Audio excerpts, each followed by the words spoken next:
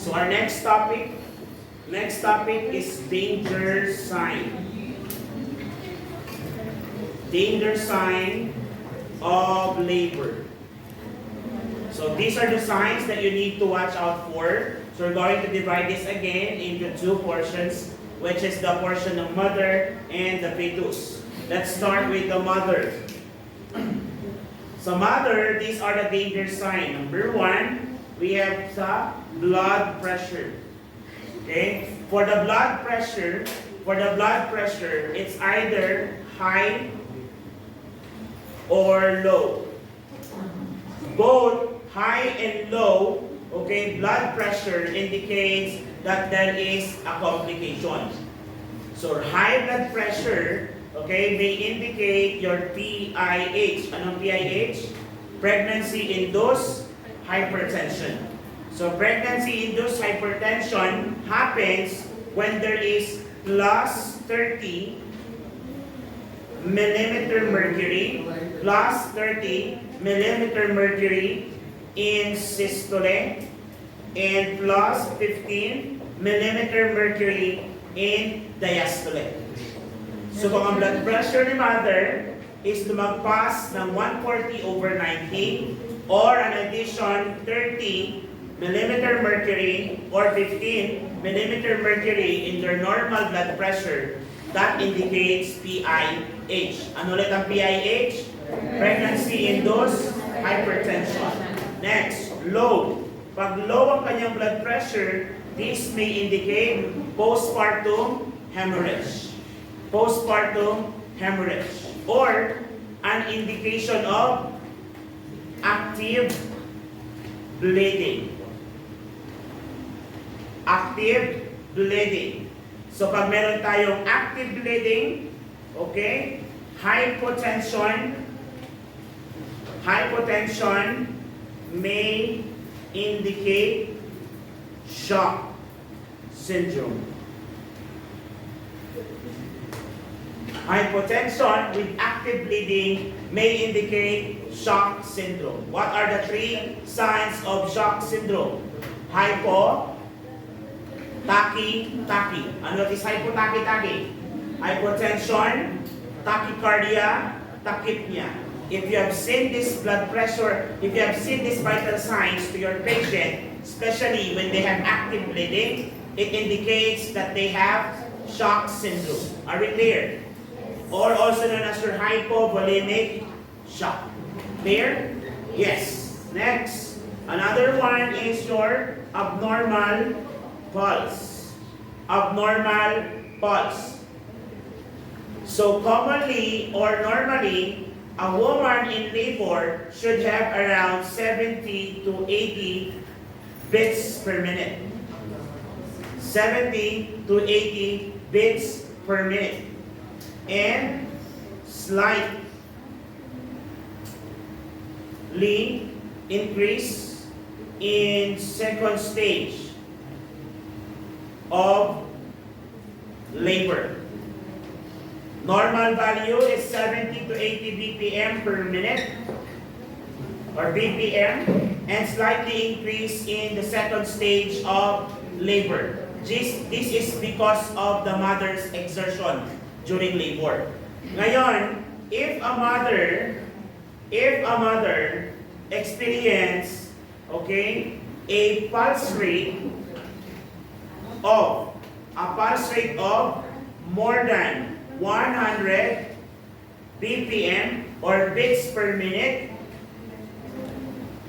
during normal course of labor, if the mother develops a blood or beats per minute, more than 100 beats per minute during normal course of labor, this is an indication of, it indicates hemorrhage.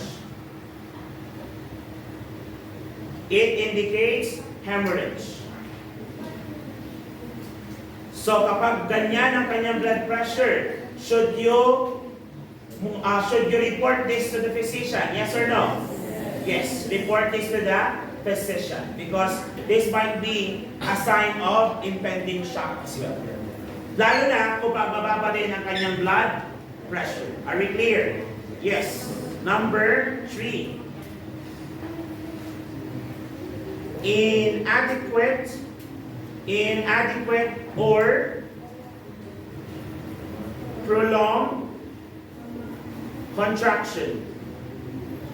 Inadequate or prolonged contraction. Pag sinabi natin inadequate or prolonged contraction, if you will go back to the videos sent sa inyo regarding the stages of labor, during your latent phase, contraction should be around 20 to 40. During your active phase, 40 to 60. During your transition phase, it will reach up to 60 to 90, okay, seconds. Yun ang ibig sabihin ng normal contractions based on the phases according to the stage of labor. However, if this contraction lasted more than 70 seconds, especially during the active phase, that is no longer normal. Are we clear? Are we clear? Yes. So, kailangan po ba siyang i-refer? Yes, okay? A prolonged contraction,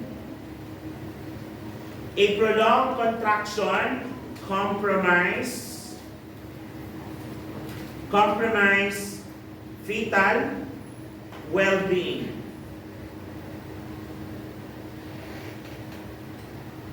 Paano nagpo-cause ng compromise sa fetal well-being ang prolonged contraction? By interfering with adequate uterine artery filling. Just like I mentioned earlier, pag nagko-contract, it promotes vasoconstriction. So pag nakakontract lang yan, hindi nalalagyan ng artery. Okay? So yun ang nagiging problema. Aside from that, your prolonged contraction, okay, may lead. So a prolonged contraction may lead into uterine exhaustion. O yung tinatawag na inertia. May lead into uterine exhaustion. So, if the uterus is exhausted now to contract, what will happen next? It will relax. And once it relaxes, if the baby is still inside the womb, may lalabas na ba? Hindi na. But if the baby is already out, dahil nagkaroon ng uterine exhaustion, kamusta ang contraction? Mababa, mataas? So, ano mangyayari sa blood vessel? Open or constricted? The mother is more prone for PPH. Clear? Meron tayo actually complication dyan, ito tawagin uterine atony. Uterine atony, atony means absence of contraction. So, ang absence ng contraction, postpartum, is it good or bad? Bad, because you will be more prone for bleeding. Are we clear? Yes, okay? So that is your prolonged contraction. Next, maternal danger sign pa rin. Number 4. Number 4 is yung tinatawag nating Bandels. Bandels, that's B-A-N-D-L'(S), ring. Bandels ring. So, ang Bandels ring is also known as pathologic retraction. Pathologic retraction ring. Pathologic retraction ring. What does pathologic retraction means? Abnormal junction. Abnormal junction between the two segments. Between the two segments of uterus. Abnormal junction between the two segment of uterus.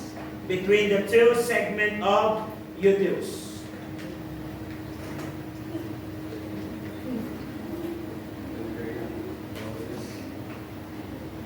Okay, kapit lang. Number 5. Abnormal lower abdominal contour. Abdominal, lower abdominal contour. Ibig sabihin, yung kaniyang abdomen, medyo pangit ang kanyang pagkakakontour. Hindi yung normal contour na dapat globular. Okay? So, anong nangyari dito? There are two reasons. There are two possible reasons for this.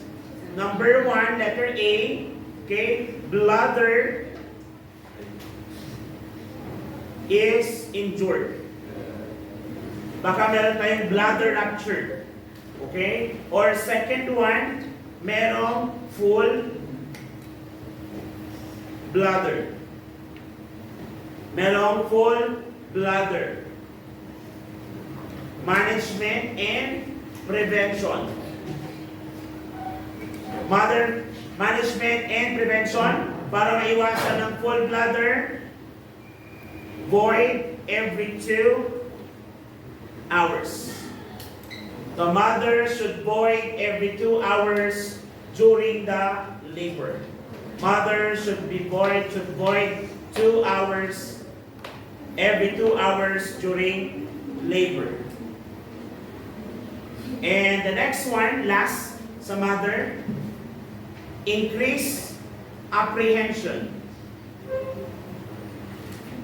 Anong ibig sabihin ng apprehension? What does apprehension means?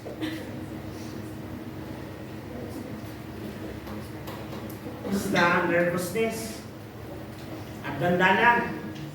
Okay? Lalo kinakabahan o nagiging anxious ang mother. Okay? So increase apprehension. Increasing apprehension may be psychological by nature and it can be managed by proper explanation. Yes, mother, kung anong nararamdaman mo ngayon, normal po yan. Okay? So or mother, you seem to be more concerned. Would you like me to tell more about that? You can ask the mother to verbalize their feelings. Or your increasing apprehension can also be a sign of internal hemorrhage. That is why, if a mother, lalo siyang kinakabahan, you have to initiate an investigation. Okay? You have to initiate an investigation and find out what would be the possible cause of the problem. Clear? Yes, tapos na tayo sa mother, guys. Kapit pa. Fetal. Fetal. Under your fetal naman, magkakaroon sila ng either tachy or bradycardia. As I mentioned kanina, tachy and bradycardia can be both signs of fetal distress. Are we clear? Yes. What is the normal heart rate again? 120. Fetal heart rate is 120 to 160. Below 120 is brady, above 160 is tachy. So what is our goal? To maintain it between 120 to 160. Should I report if the fetal heart rate is below or above the normal range? Yes. Number 2, meconium staining. So what will be the color of the amniotic fluid if this happens? So generally, meconium stain is harmless naman po. So meconium stain is harmless naman po sa bata or sa baby. However, you have to investigate this kasi ang ibig sabihin ng meconium stain, unang taing ni baby. Kaso nangyari siya sa loob. So nangyari doon, na-mix na yung taing niya doon sa. Okay, another implication kasi nito is that baka kasi nakatayo na siya kasi nag-relax yung sphincter. Hindi na nakokontrol ni baby. What is the reason kung bakit hindi niya na makontrol? Possibly because of fetal hypoxia. So, kailangan pa rin natin i-monitor ang meconium state. Kaya kapag kalabas ng baby at sinabi, meconium, mag-antibiotic therapy po ang bata. Okay? Mag-antibiotic therapy po siya. Number 3, aside from the meconium staining, okay, meron tayong hyperactivity.